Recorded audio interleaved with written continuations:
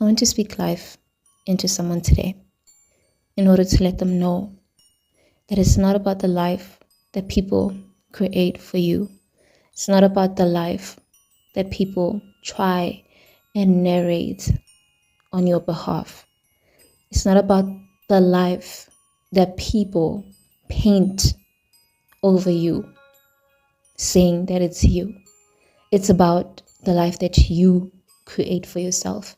It's about the life that you have authority over, control over, in order to narrate for yourself and be the co-author along with God.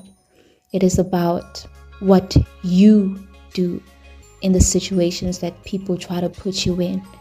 It is about what you stand for after all that the world tries to toss in your face, after all that the world is trying to do up against you.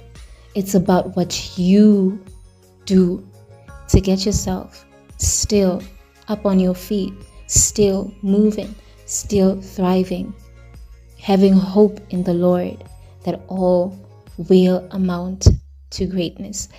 It is about what you do with the blows that this life gives. It is about what you do when life tries to take the pen to your story and write the most horrible, painful, detrimental things that you never even wish upon anybody else, but instead take and co-work with the one who created you in order to make and mark a remarkable story to override all that horrible mess. It is about what you then do to retake, to reclaim and repossess the authority, the control, and the pen to your rightful hand and the hand of your Creator in order to reshape the trajectory of how things were thrown at you into making a whole entire beautiful story, even with the mess that the world has attempted to use to destroy you. It is to override all the wrong. It is in your hands. The power is in your hands to recreate the narrative that the world has set up for you. And not just in your hands, because you will crumble if you put that huge responsibility on yourself, but it is in the hands of your own Creator, who has given you the authority to also reclaim the authority over your life as you partner with Him so that He marks the big yet overall happy ending to your story, rewriting every single bit that the world meant to destroy you with and putting victory in attachment to it. He turns everything that the enemy meant for evil to good. And every single bit that the enemy tried to throw in your face, that the world tried to destroy in your life, He takes that and He sees beauty out of it as He creates a narrative that cannot be shaken, yet is miraculous because of how good it at the end of the day works together for you that love the Lord. Trust in Him. Give Him the authority and the pen to your story, because after all, He is the one that has created your destiny and has made you to be as great as you are. He knows your end from beginning.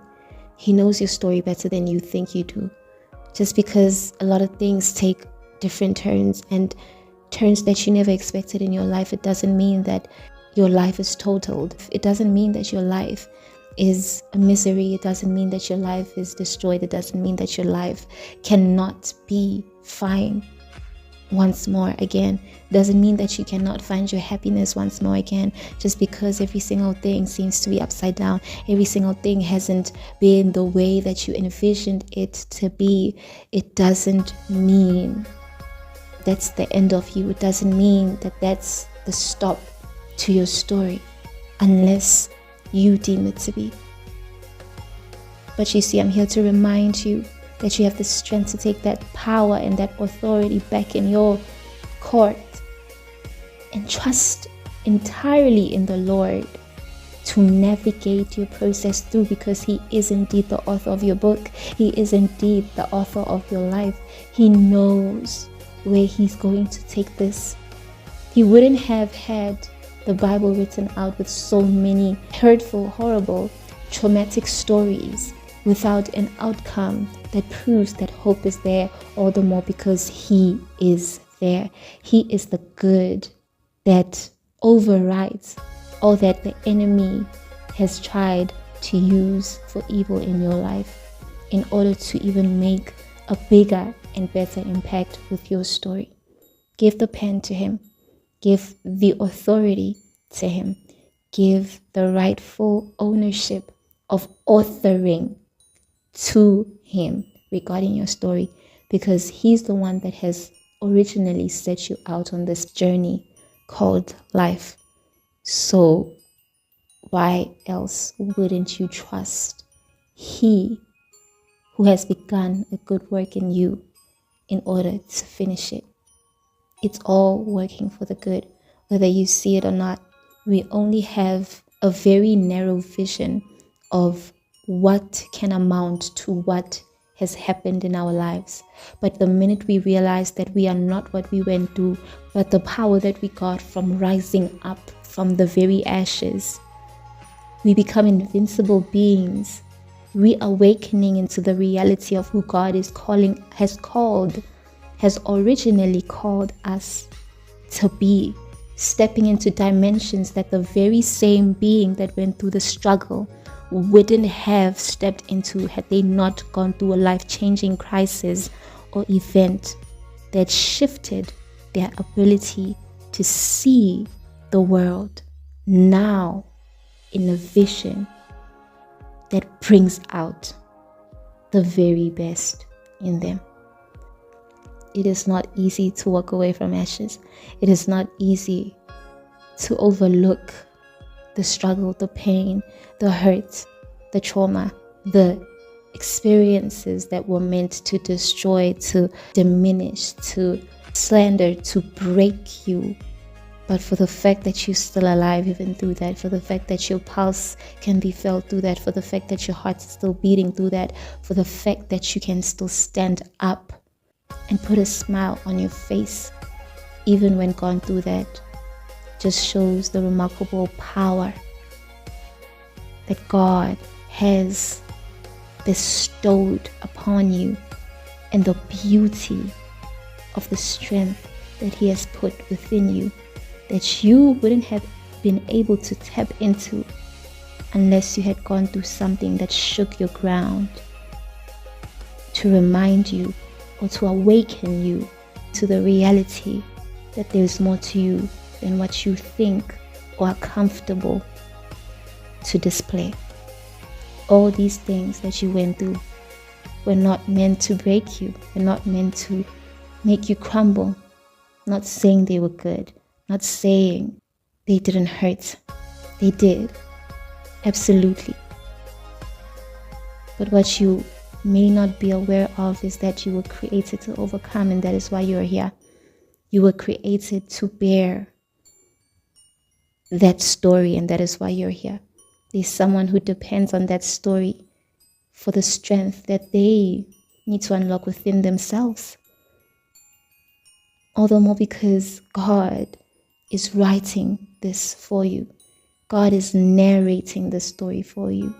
And if He's a good God, you best believe that your story will amount to something this world has never ever gotten to see yet, of great value, of so much impact that you never could ever imagine dreaming. It is only until you went through all that the strength that God has hidden within you was unleashed. And by that, I can conclude that it was never about what you had to go through at all. Those are your experiences, but they are not who you are. It's what you went through, but they don't define you. What defines you is what came out of you when you went through it. What defines you is that strength that got you up today, regardless of what you went through. What defines you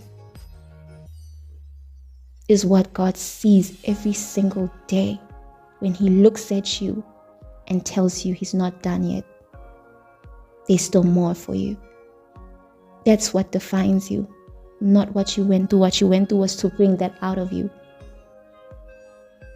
Now, I pray that you see the world in a different light. You are never, ever a victim, but always an overcomer, because it is through trials and tribulations that the best of you resurfaces, that the best of you comes up, that the best of you is rediscovered, and that the best of you is awakened.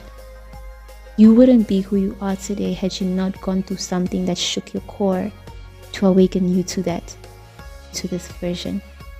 You wouldn't grow into who you've become today had you not been through something that shook your ground so much to take a stand in what you rightfully believe in to make a difference for everybody else. It is all working together for your good. You are not what you went through. You are not your experiences. You are not your pain. You are not your hurt. You are not your past traumas, your past. You are none of what you went through, but you are what you became in the process.